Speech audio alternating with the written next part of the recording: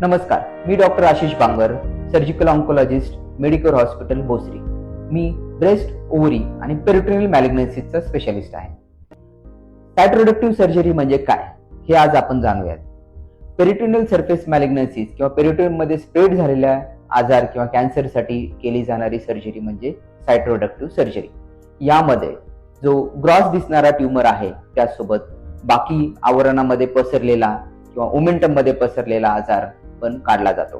ही एक मोठी सर्जरी असते ज्यामध्ये खूप केअरफुली ऑपरेशन करणं गरजेचं आहे. ही सर्जरी पूर्ण म्हणजे CC0 करणं खूप गरजेचं आहे. ही फॅसिलिटी सर्व हॉस्पिटल्समध्ये किंवा सर्व ठिकाणी उपलब्ध नाहीये.